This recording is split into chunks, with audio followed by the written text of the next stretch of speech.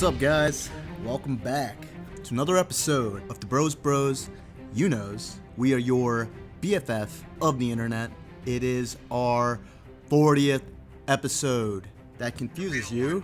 It was only because I got confused last time. That was my bad. It was 40th with an asterisk, but this is the real deal 40th episode. Asian not good at math. Asian not good at math. Thanks. As always, I am your host, Viet, joined by David BC Bridges. What's up, Dave? What up, dude? And we got Matt Two Stripe Alexander. What's up, Matt? Keeping it real. I'm keeping it 100 playing Final Fantasy V. I mean, not currently, but, every now and then. Alright, guys, we're just going to get right into this one. This is a really awesome card, UFC 199.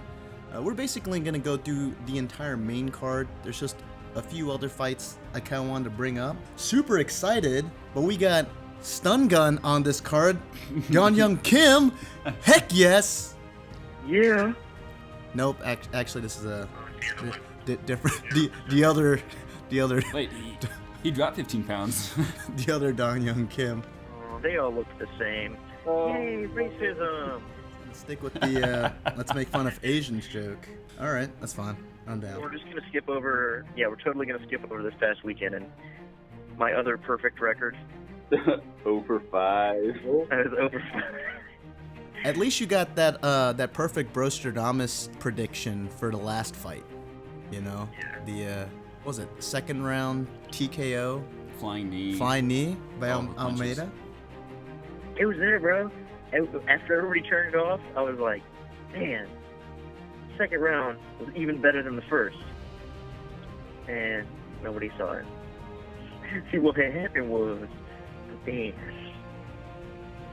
Oh, who's the ref for that fight? Was it Herb? Yeah, it was Herb Herb Dean? Dean. I just love Herb Dean, the way he just tossed Garbrandt away. Cody aside Yeah. when he was a little kid. That was awesome. Good for him. What a interesting card.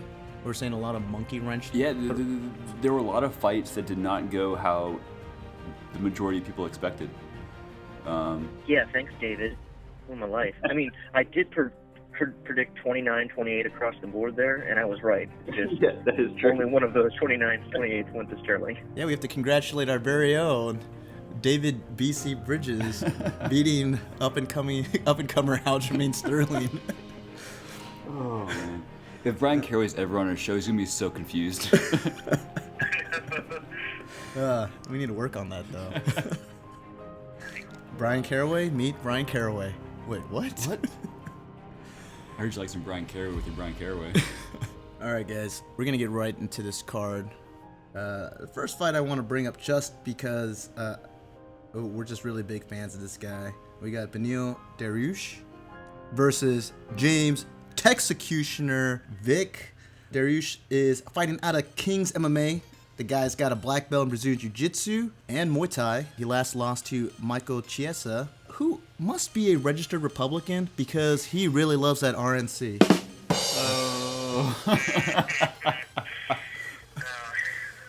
How do you see this fight going, Matt? I think it'll be good. This has come back the last 2 weekends. The guy who is good at Brazilian Jiu-Jitsu and Muay Thai has lost in the first round. But I'm still going to stick with it. I'm going to go with Dariush by decision. I think this is actually a really good fight. Probably see stuff all over the place in terms of standing and on the ground. But I don't see Vic finishing him, and I think Dariush can wear him down. And I think he's going to win by decision. Gotcha. Well, we love James. He's a Texan. You know what? He moved close by DC to be near the Bros. At least that's what we tell ourselves. He trains out of Temple Hills, Maryland, with Team Lloyd Irving. You may know him. He also helped train Dominic Cruz, who will be in the co-main event. This guy is ginormous for the weight class. He is 6'3", has a 76-inch reach, and he has a blue belt in Brazilian Jiu-Jitsu. I know you're a big fan of him, David. Why don't you tell us a little bit about James Vick, and do you think he can pull the upset here?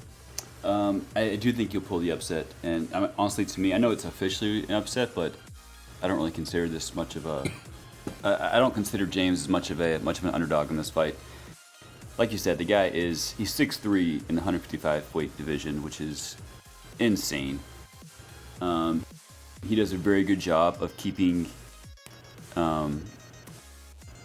his opponents at that distance, and for Dariush, his one path to victory is to get inside and either fight in clinch or on the ground. And I just don't. I have a hard time seeing Dariush take Vick down or be able to get inside without getting demolished.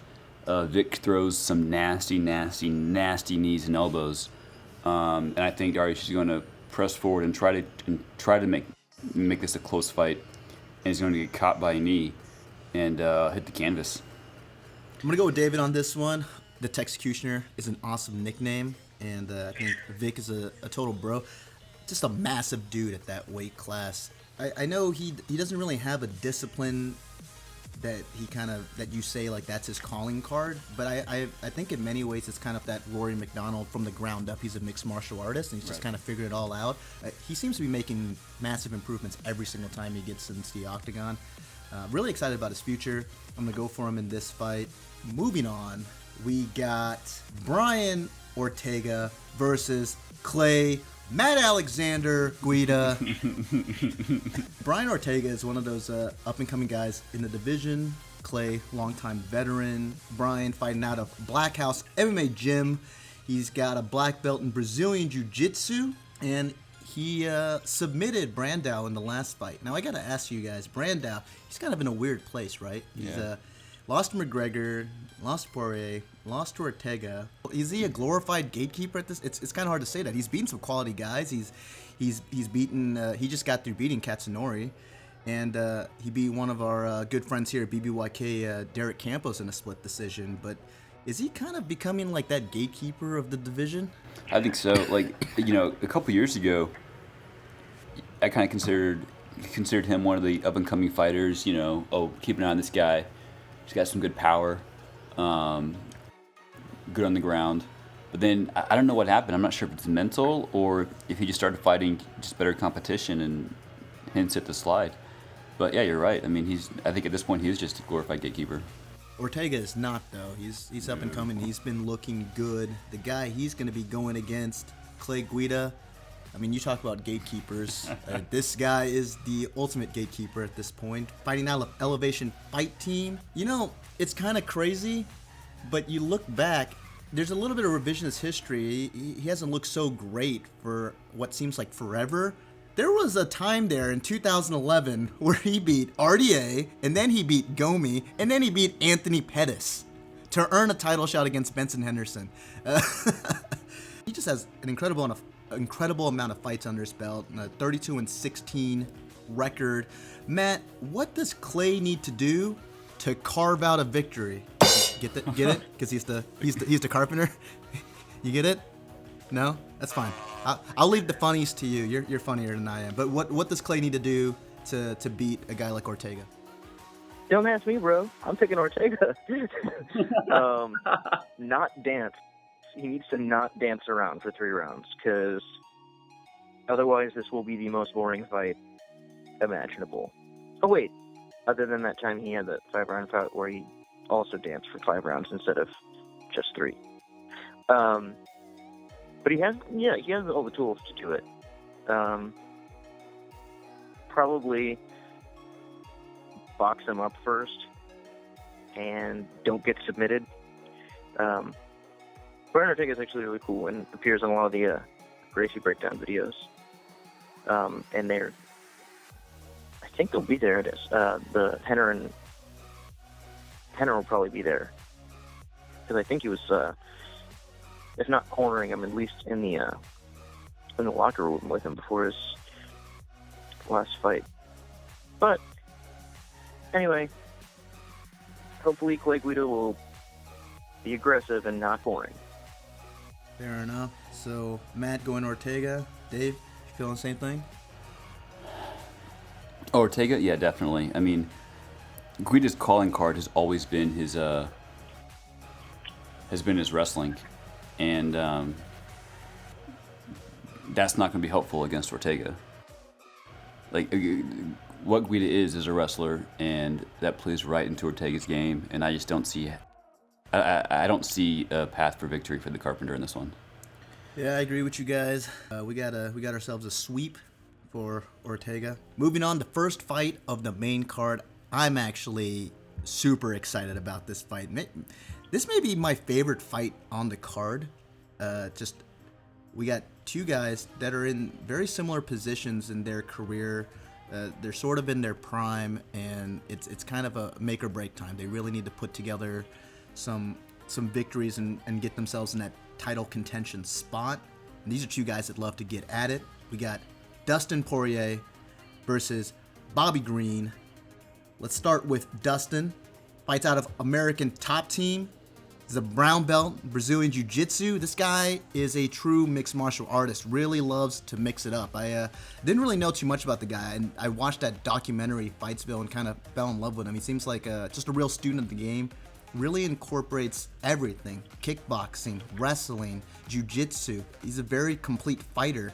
He had a little setback fighting Conor McGregor. He hit that Conor McGregor train, and he was kind of on a bit of a run himself. What has he done since then? 3 straight victories, 2 Fight of the Night bonuses. He really does a good job of using his boxing, his kickboxing, the setup, the clinch, to set up takedowns. I mean, the guy's a very, very fluid mixed martial artist, and he's dangerous everywhere. David, I'm gonna throw it to you. How do you see this fight playing out? I know you're a big Poirier fan. What does he need to do to beat a striker like Bobby Green? So, in this fight, I think Bobby Green's definitely the quicker, more slick striker in this one. But Bobby Green, one of his greatest attributes is making his opponent miss. He really frustrates opponents with his movement, his head movement. We saw in one of his recent fights, he's basically trash talking during the fight as guys are swinging and missing at him. But that, in a way, can also be his weakness, because I think he gets caught up in playing defense like that. It's a little bit that Floyd Mayweather thing where he just he's more concerned making you miss than actually hitting you himself. And Poirier is a very, I'm not saying overly aggressive at all, but he's an aggressive fighter. He likes to get in your face and hit you. And so I think Poirier is going to really have to keep the pressure on and make sure he corrals Green, if you will, and doesn't give him those openings to where Green can just dance out of the way or, shift out of the way. And honestly, I know this is a toss-up fight, but I just have one of those feelings where Poirier is going to be able to at least outpoint Green. Bobby Green fights out of Pinnacle MMA. He's got a wrestling background. He's got a purple belt in Brazilian Jiu-Jitsu. And you just mentioned it. He's got some pretty slick boxing. Yeah. The guy likes to fight with his hands down a lot. There's a little bit of intention in there. He wants to draw out your punches. He'll use his speed to get out of the way. A lot of shoulder rolls. Does a really good job of rolling with your strikes. It's hard to hit this guy clean. He invites trouble, but does a good job not getting in trouble.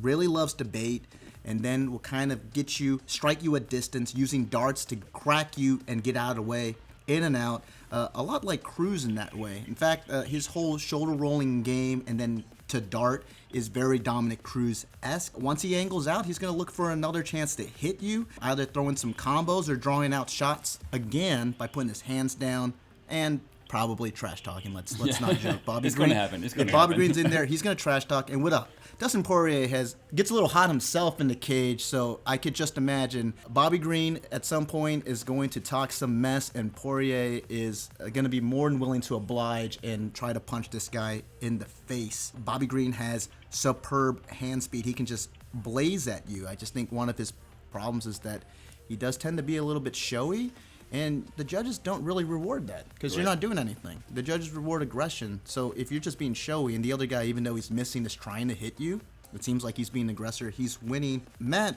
what does Bobby Green need to do in this fight to be able to beat Dustin Poirier? Kind of what David said. Make sure he has enough output so he's actually like landing shots. It's also he's had a long layoff from injuries. This is his first fight in like a year and a half. That's a good point. He last lost Barboza. So it should be interesting to see like what kind of mentality and what kind of energy he brings to the cage this time. And I don't know. I see it staying on the feet for the majority of the time, maybe the whole time. I picked Poirier, but I could see either guy winning probably by decision. I think it's going to be a very tough fight.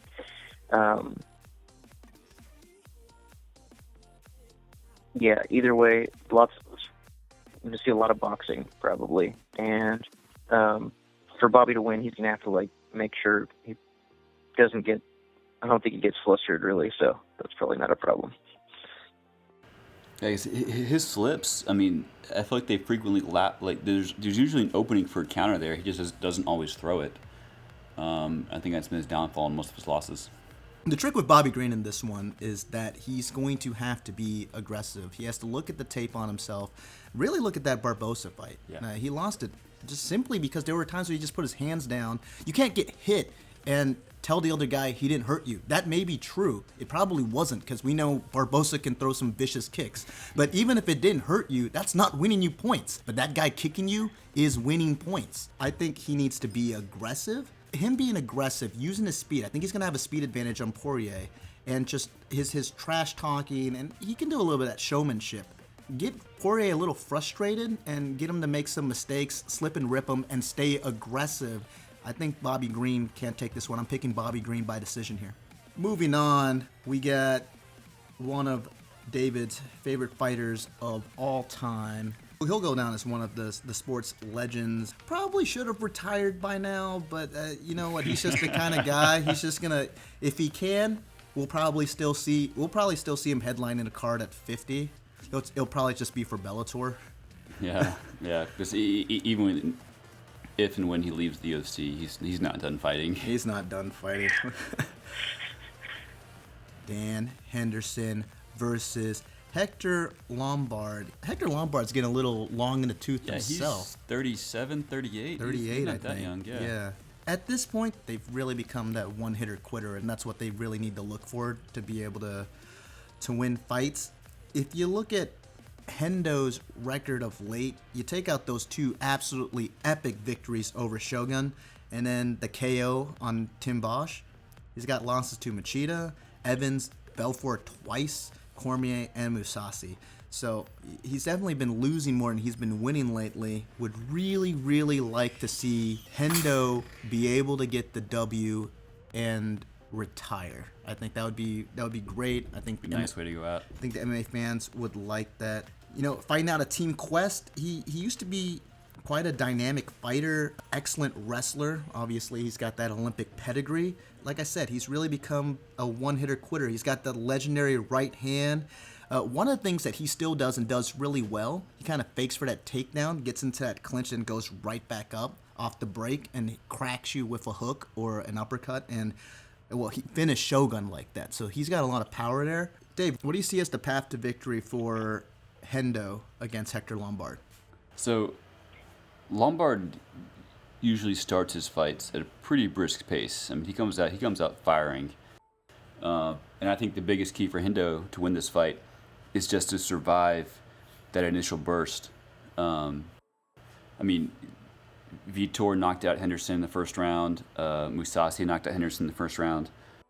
But I think if Hendo can survive that initial burst, I think this is his fight to win after that.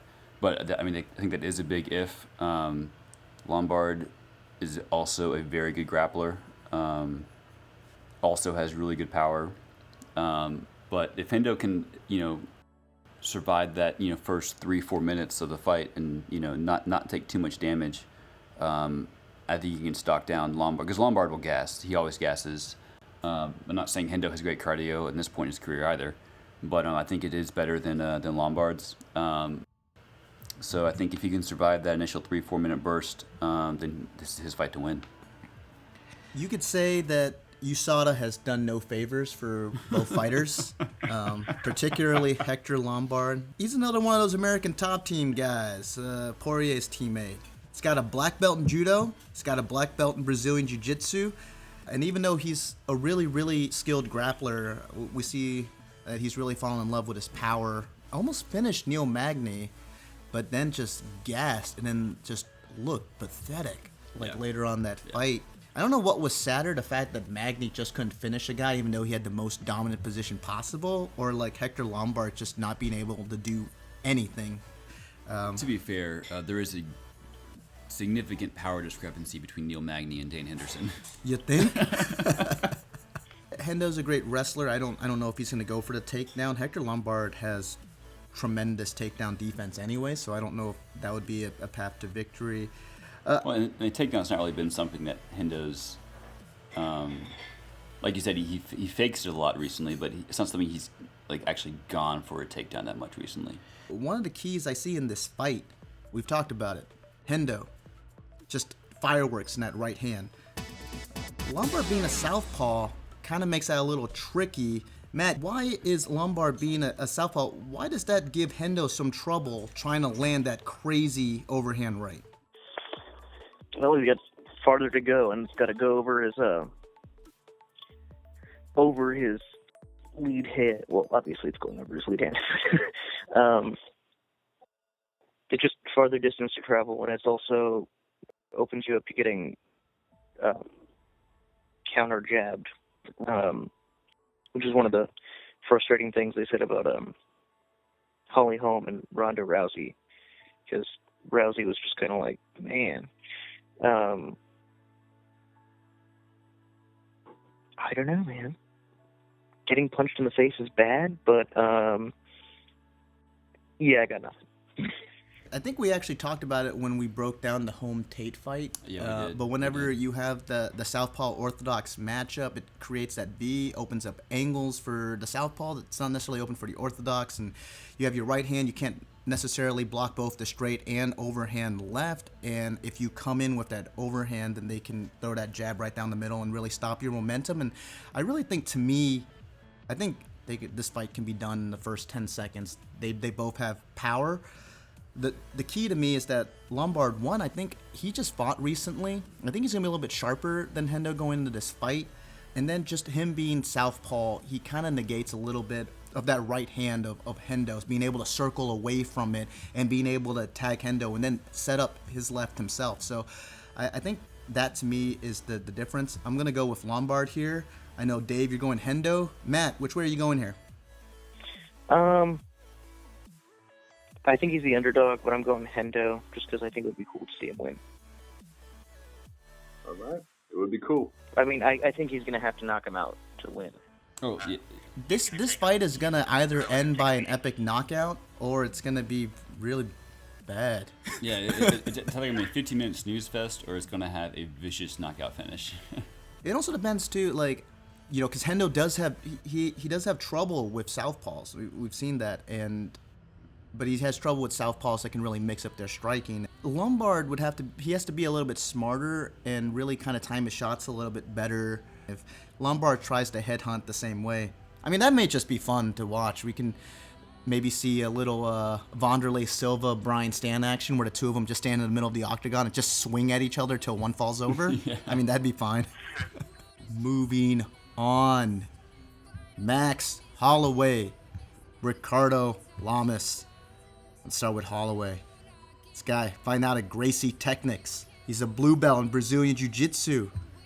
When he debuted in the UFC, he was actually replacing an injured Ricardo Lamas against Dustin Poirier. No way.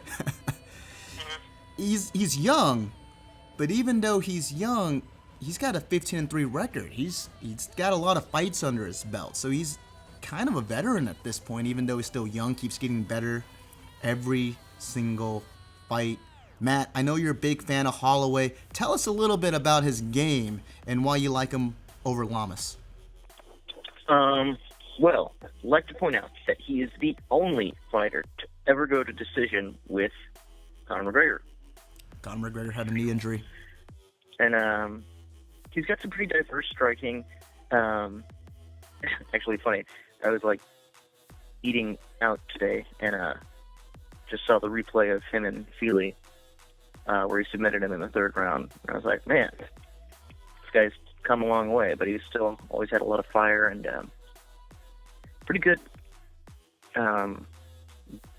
footwork and boxing technique. He can kind of stand in the pocket and trade with guys, and is definitely not afraid of anybody. And he's got some submission skills too, even though he is not like super advanced in jiu-jitsu. Reminds me a lot of like the alpha male guys, like really good at like hurting somebody on the feet and then pouncing on them using wrestling to get like a quick choke. Use your stand-up fighting to hurt a guy and then go for submission. And he's interesting. He's always fun to watch. And I think this is going to be a really good fight.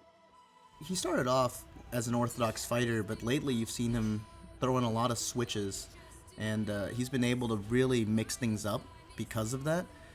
He's another one of those guys, I know I pointed this out when we talked about Jacare Souza, but his reach just really surprises me. He seems like such a really long fighter, and he does a good job of utilizing that reach and distance against his opponent, but he has like a 69-inch reach or something like that. He's tall for the division. I think he's like 5'11", but that's kind of surprising, but it doesn't matter. I guess it's how you use the length, and he does a really good job of putting his opponents at the end of those punches. Just a very excellent striker, very accurate striker. Just loves to keep people at kickboxing range, and man, does he love that turning side kick.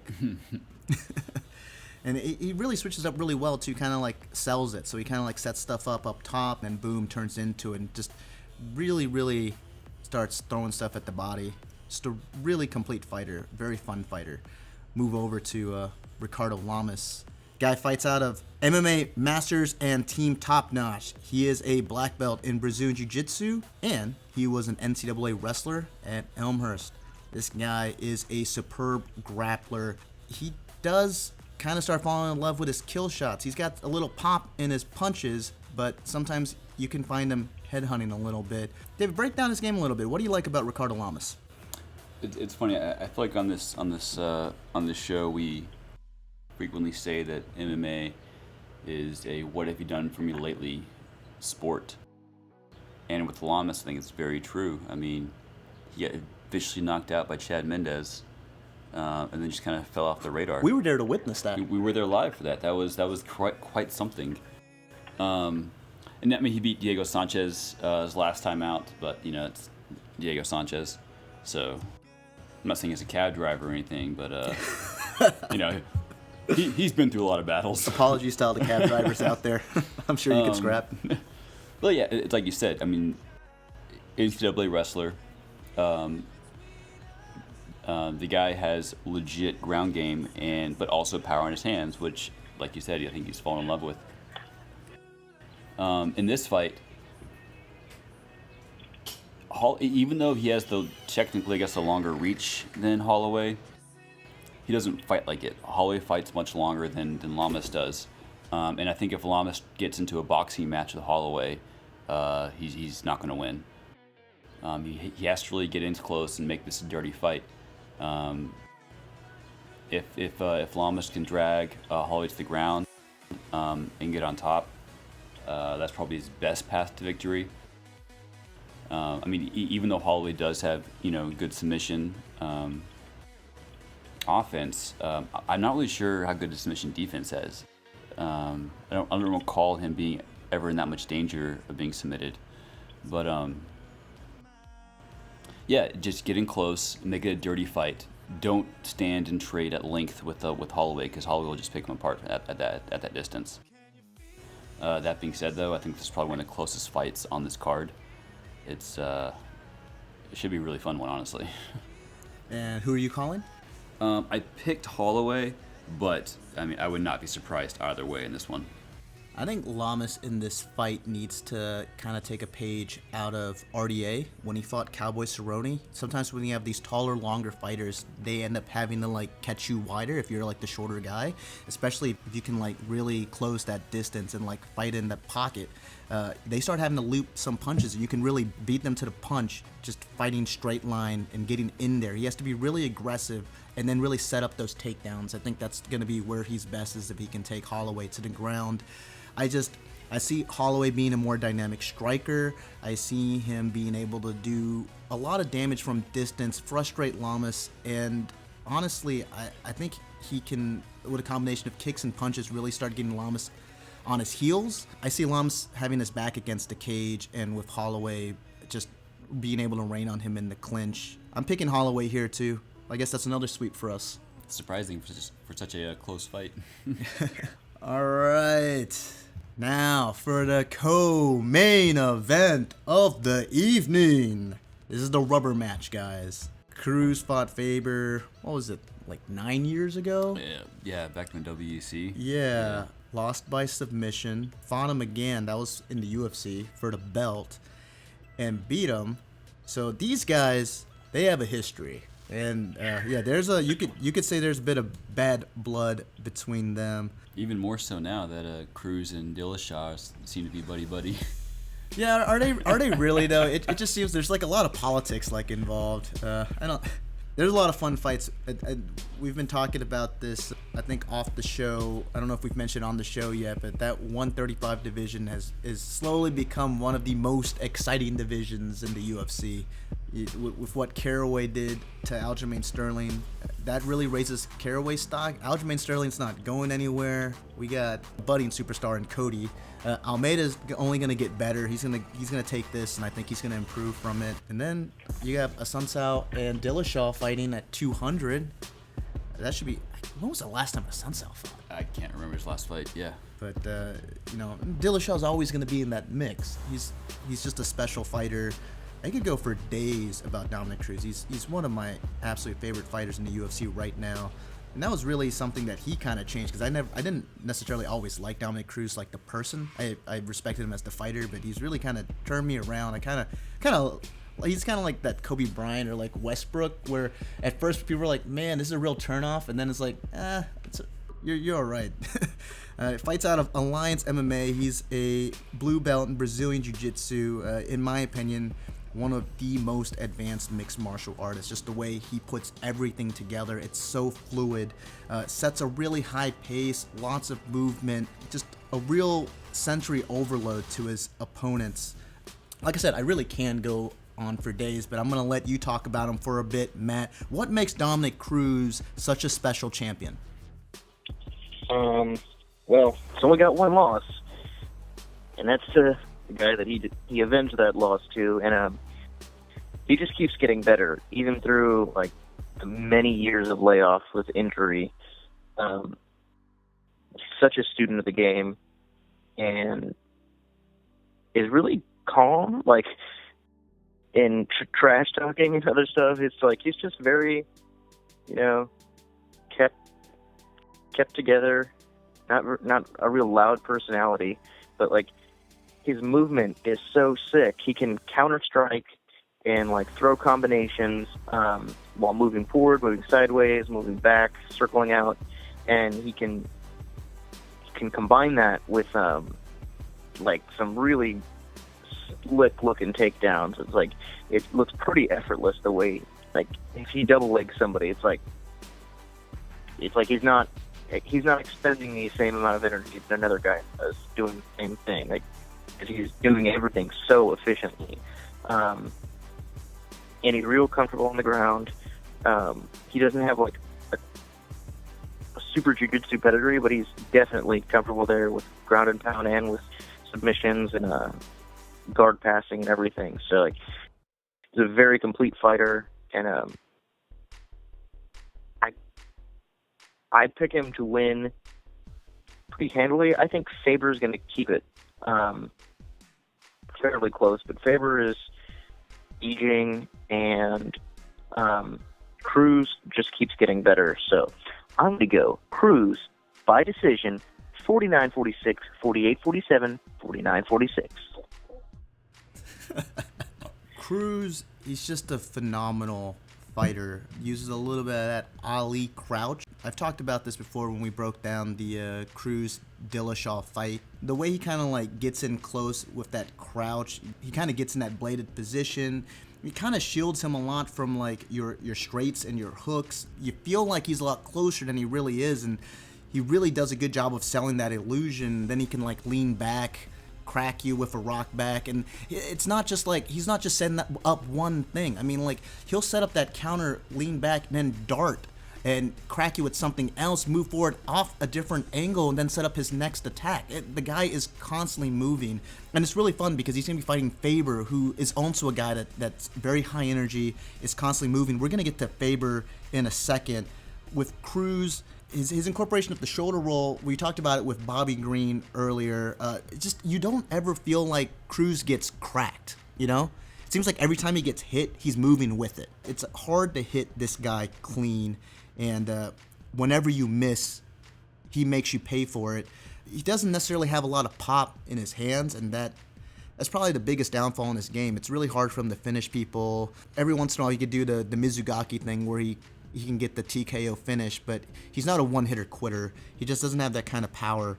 He's been very open about that. He said that he built his game around the fact that he usually fought bigger, stronger guys that could finish him with one shot.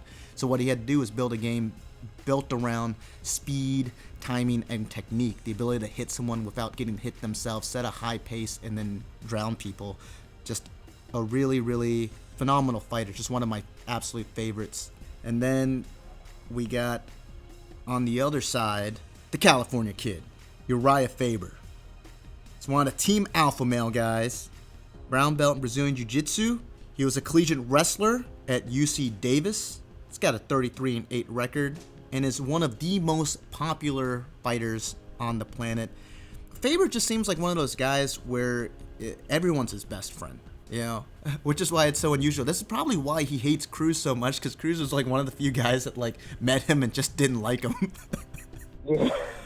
I know, David, that Faber is one of your favorite fighters. Why don't you break down his game a little bit? So Faber has always been one of the better grapplers in the UFC. I mean, the guy has been a true stalwart of the game, great ambassador of the game.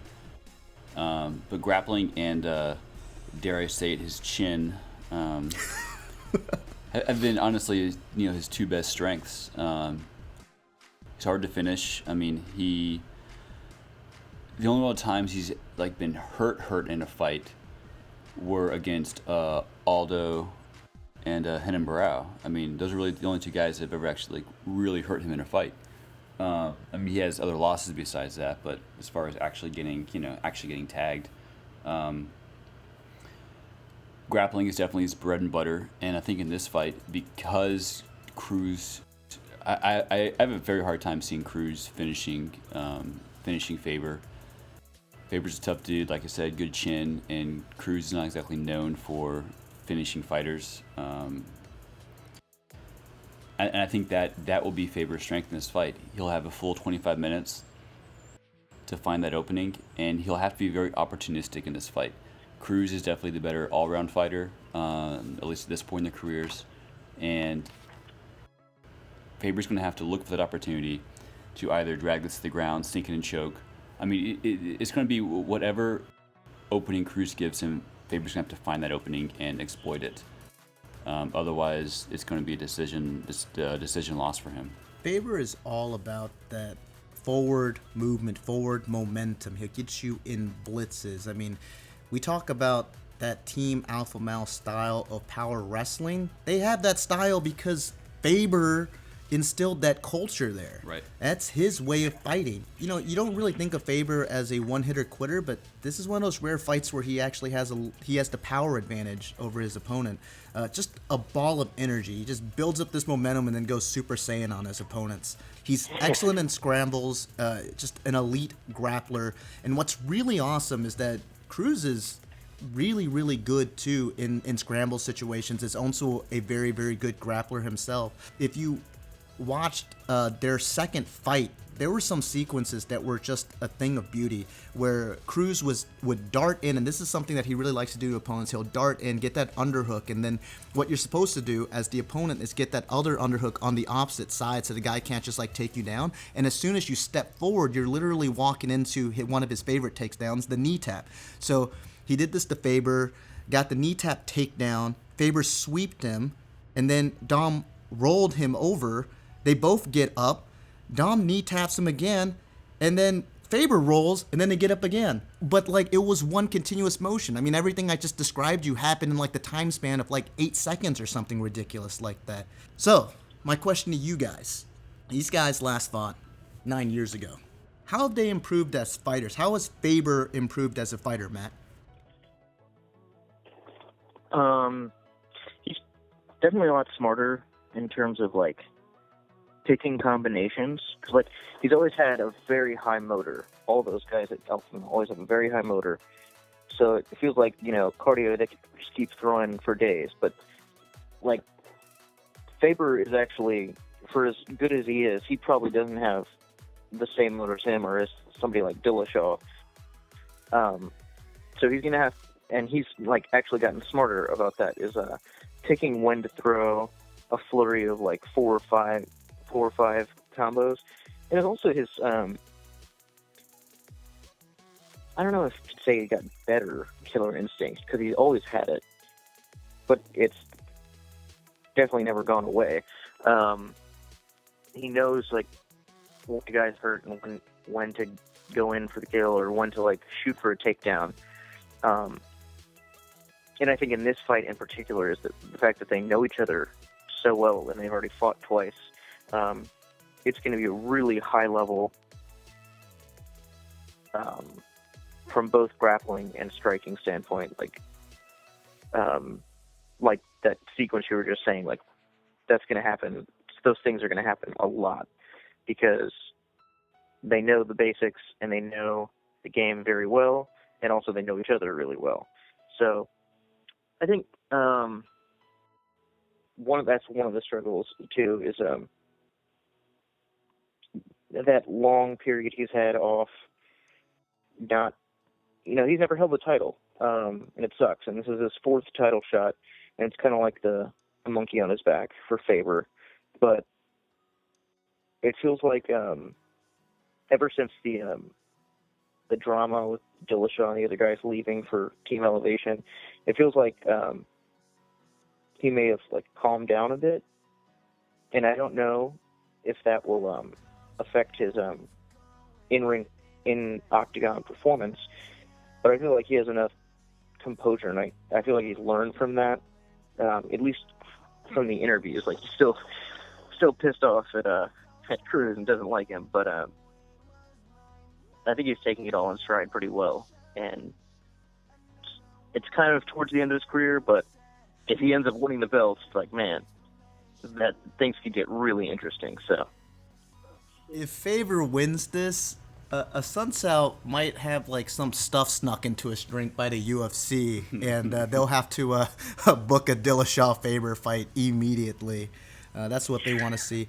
David, I'm going to ask you the same question. I mean, obviously there's just so many things you can pick, but like, to you, what really stands out? What is Cruz? I mean, he's just had a long period of layoff because of injury. What have you seen, especially in that last Dillashaw fight? What has he improved on that has really stood out for you? Honestly, I feel like this is hard just because, I mean, Cruz just seems to be so excellent in every single aspect of the game. But honestly, I think his footwork has gotten even better. I think those long layups actually helped him in that. He's able to refine his stand-up even more. I mean, he's always been quick, but just his footwork around the cage, I think, has got even better during his layups. I think he had a lot of time to work on that in camps when he was actually unable to fight. And, I mean, it showed against Dillashaw. I think we were talking about it before that fight, how they have very similar styles to a certain extent, and Cruz just showed how much he'd improved in that area. Yeah, I think Cruz is one of the guys that takes the mental aspect, the analytical aspect, as seriously as everything else, and I think he's one of the few athletes on the planet that can come back from injury and sort of improve like that, because he does take that aspect so seriously, and he did improve there. I think Luke Thomas may have brought this up, but the whole there's no ring rust or something. And I've said this before, maybe with like the truly elite guys like Dom, there's no ring rust, but that's just not true for everyone else. He's just a really unique individual. There's not too many guys that you can expect to go back and first fight back from a major injury against a killer like TJ Dillashaw and do what he did. I mean, just really excellent stuff. Does it sound like we have another sweep here, another unanimous? I think so. Wow, dang, guys, I don't even know what to say. Although I do think Faber will win a round or two in there. It's not going to be 50-0, as Matt said. So I think Matt's Brown predictions might be correct this time. David, if you start bringing the judges' decision predictions here too, I'm done. All right, but I'm going. Spoiler alert: going to Bisping in the next one. Oh man, the main event. It should have been Rockhold Weidman. In many ways, I'm kind of happy it's not. I really didn't like Weidman getting the immediate title shot. You usually give immediate title shots when you feel like a guy got jobbed. Like, oh man, the refs messed up, or the judges messed up, or at the very least, have it be like really close. It was a really close fight. Like Lawler versus Condit. I think people can make the argument that Condit won that, but no one was going, oh, that was highway robbery or something. No, it was just a really close fight. But that's the kind of fight. He got robbed, man. His face was hurting. What's his name's fist? And like, he was just bleeding. He wasn't dead. He was just bleeding too much. And, oh man, Weidman got worked over pretty hard, and I think it's better for him too. Like, yeah, he needs to work on his spinning heel kick. Yeah. Actually, it was funny. On Weidman was talking with Helwani recently, I guess earlier this week, and Weidman said that he's given 2 gifts to Rockhold now. The first one was the spinning heel kick, and the second one was Michael Bisping on a golden platter. That's hilarious.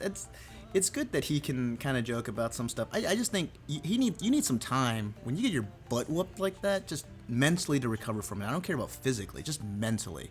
I think he just needs to, honestly, he just needs to fight someone else first. He just needs to remember that he's kind of a badass himself and that he is a winner. And, you know, the reason why he was the champion was because he has a lot of skills. Rockhold was the better man that night. You know, he looked pretty good in that first round, was able to negate Rockhold's kicks and stuff, mainly by utilizing his grappling and his really good wrestling. I'm happy Weidman is not here. I'm also happy for Bisping. You know, you want to talk about like a feel-good story like Faber. And we have a lot of like potentially feel-good stories with like Hendo maybe winning and then hopefully retiring, though we're pretty sure he's not. Faber getting yet another title shot, probably not going to get it, but it would be really cool for him to finally be champion in the UFC. Bisping, I forgot who pointed it out, but someone was saying when he lost to Rockhold, that look on his face, it wasn't a look of like, man, I just got destroyed. It was a look of, I may have just blown my only shot at getting a title shot. Like, that's probably it for me. I needed to really beat him to get to be in that spot. Well, all he needed was to wait for Weidman to get hurt again. And now he's here. Let's start with Luke Rockhold. This guy is a crazy dangerous champion. By now, that notorious, a.k.a. Jim, that Matt loves so much, putting Rockhold on blast on Twitter. I saw that, Matt. Shots fired, bro. Shots fired.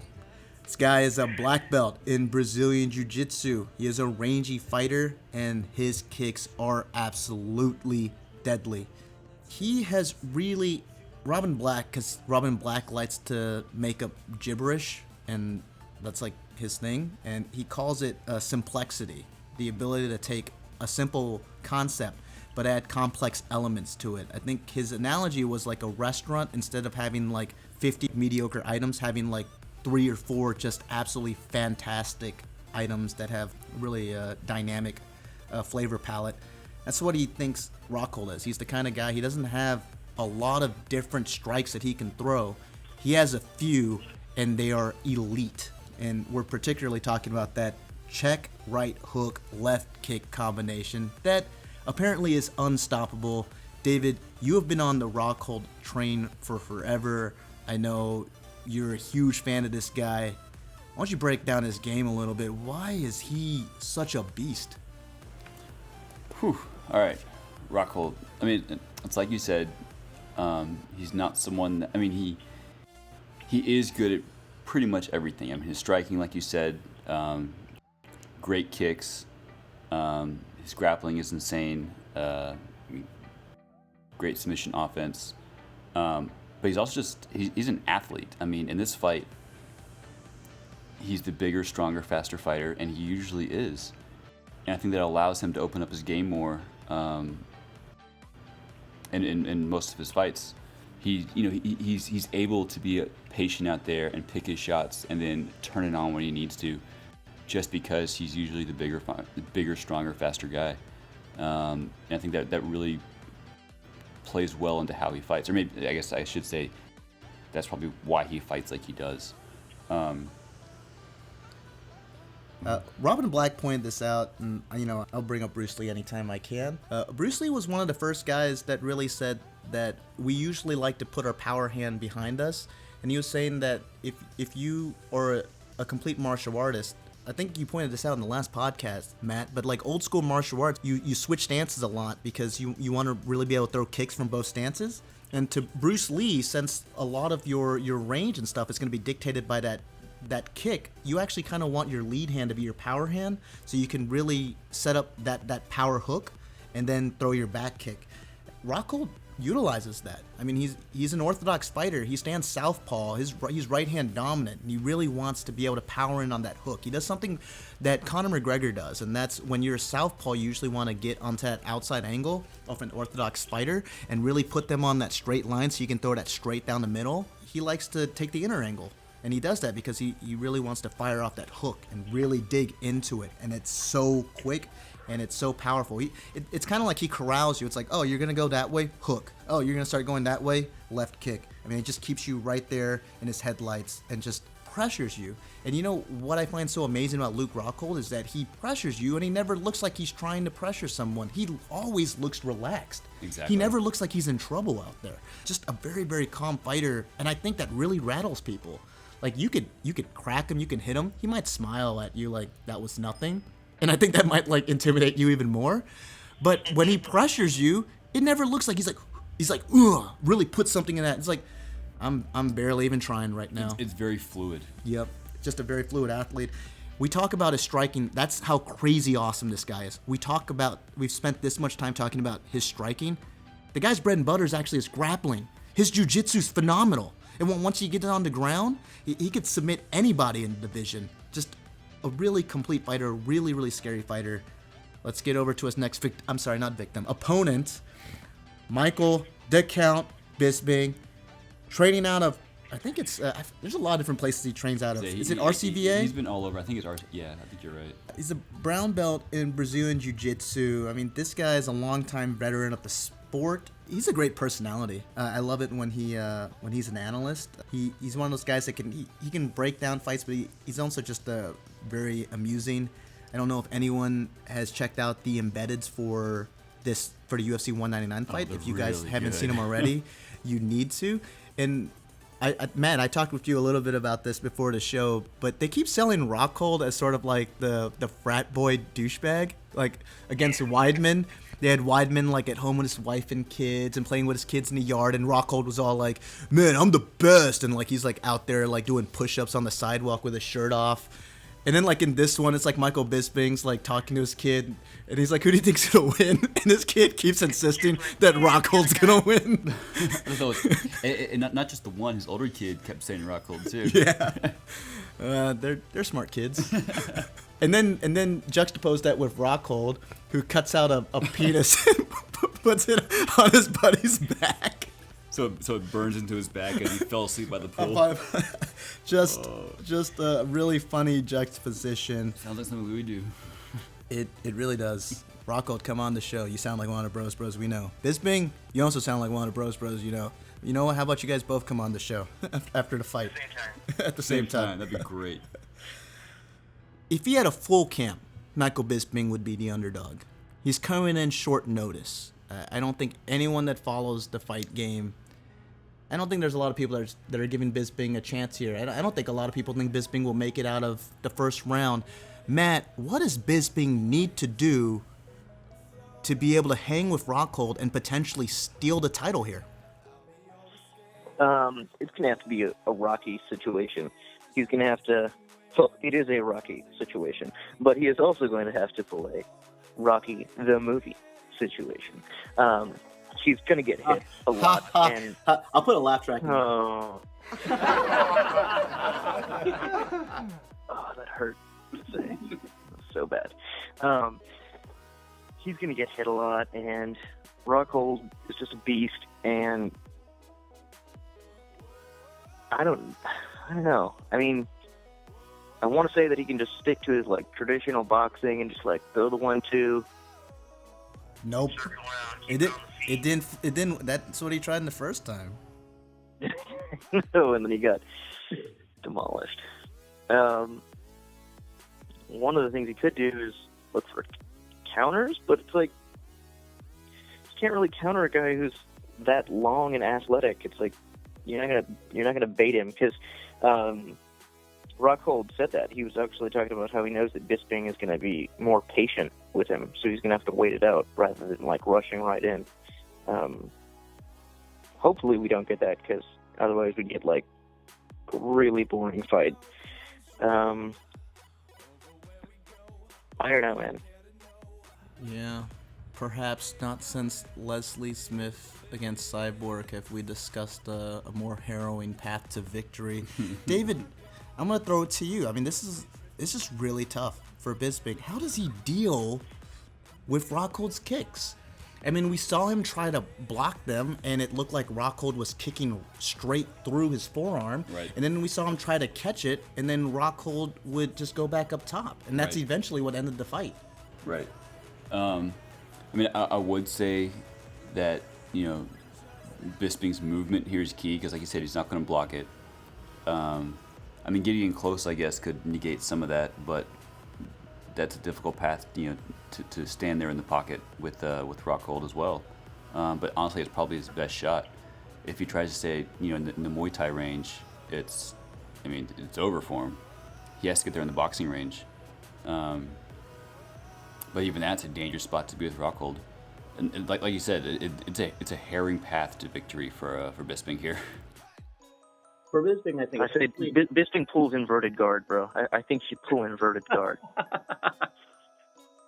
I think with Bisping, you have a guy. He's coming in 2 weeks. You know, we've discussed this before. Some UFC fighters, they stay in shape year round. Some more so than others. Right. Johnny Hendricks, even though he has regained focus in that area. With Bisping coming in on 2 weeks' notice, his cardio's not going to be there, and he needs to treat it like that. Like, this will not go well. Like, even if I could survive, that's not what I want to do, because the longer this fight goes, it's just better for Rockhold. He needs to end it. He needs to go in there, and he needs to pressure Rockhold immediately. And I'm talking about combinations. He can't just throw hands. He can't just throw feet. It's got to be hands and feet combination. Throw those punches, really end them with leg kicks. Rockhold doesn't always check those too well. You know, really maybe work those kicks, maybe take away some of that explosiveness from Rockhold. We saw against Anderson Silva a slightly different Bisping. Bisping, sometimes he likes to stay patient, stay at range, and really start figuring out his opponent, pick his shots, use his boxing. And against Silva, he was really comfortable staying there in the pocket and trading with him. Against a guy like Rockhold, it's really scary to do, but he's going to have to do the exact same thing, because once he's in close, he negates those kicks. That takes away one major weapon from Rockhold, and you just kind of take your chances that maybe you can, like, outstrike him there. It's one of those things where you're probably going to lose in a lot of different places in this fight, so you got to put yourself in the few places where you might have a shot, and then just go for broke. Because usually you don't want to do that because you don't want to gas out, but you're not going to be able to outlast this guy. Even if you had a full camp, not too many guys can outlast Rockhold cardio-wise. Go for broke. Give everything you have in those first 2 rounds. Mix up your combinations, hands and feet, and just, wish for the best. Go and Rockhold here, though, guys. It's kind of funny because not only did Bisping get this short notice and have like a 2.5-week camp, but he wasn't even training for another fight. I mean, he was filming the new Triple X movie. Yeah. Like, that's what he was what? doing when he got Really? the call for this. Yeah, so he was, I don't know if he was on set or whatever, but he's filming a movie.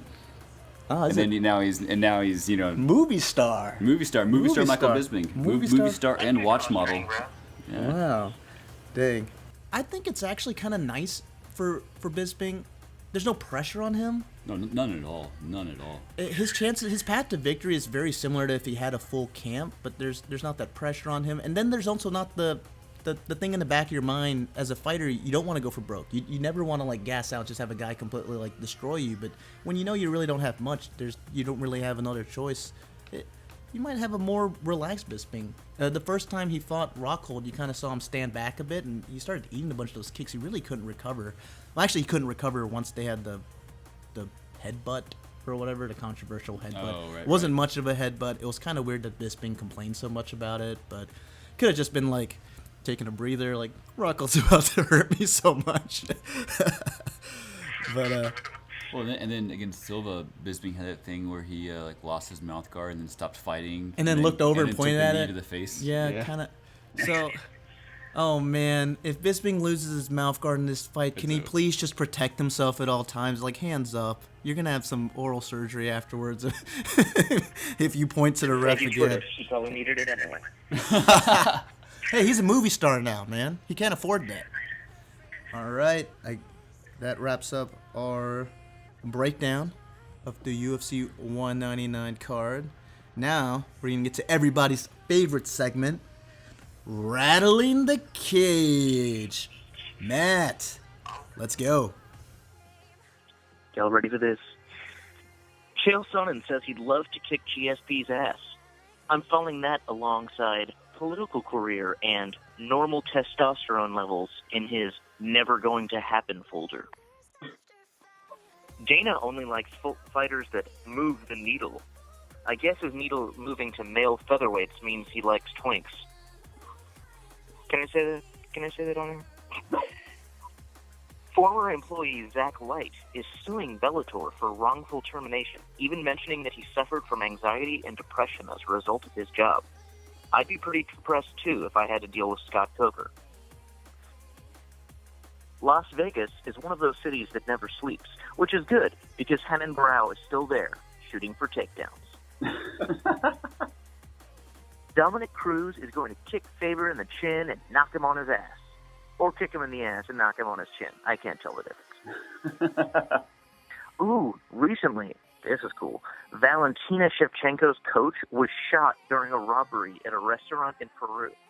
Apparently, Greg Jackson wants to give Holly Holm every advantage, which is why he's such an amazing coach. Oh my god.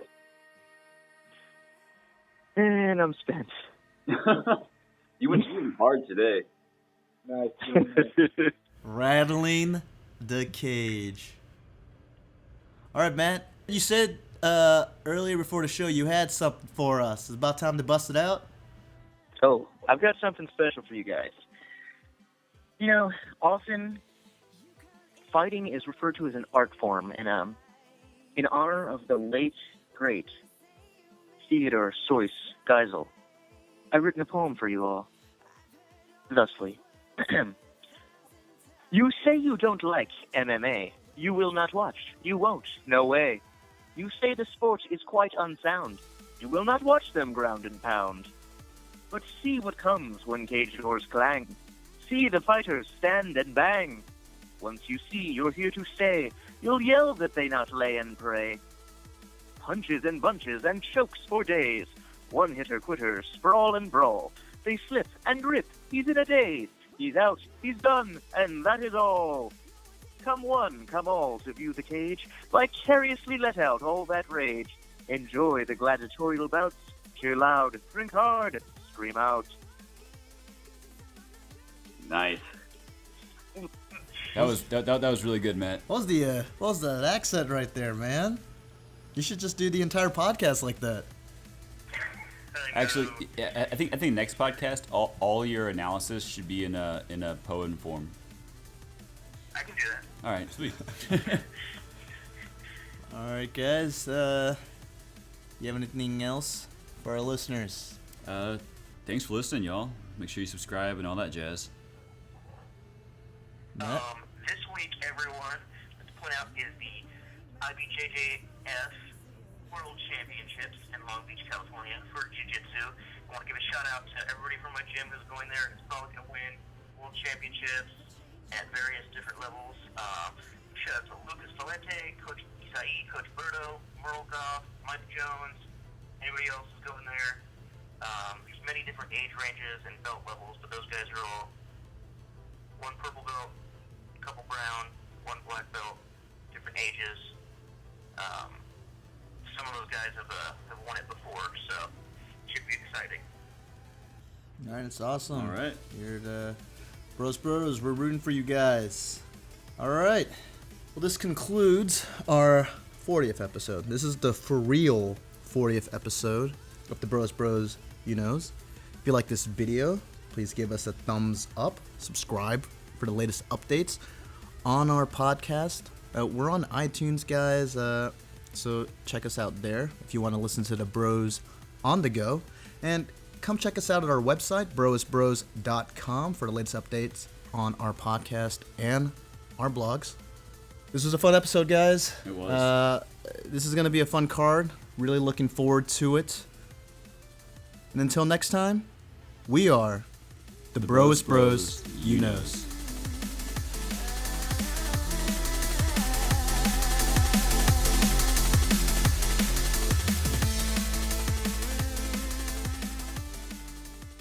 Where was I going with this?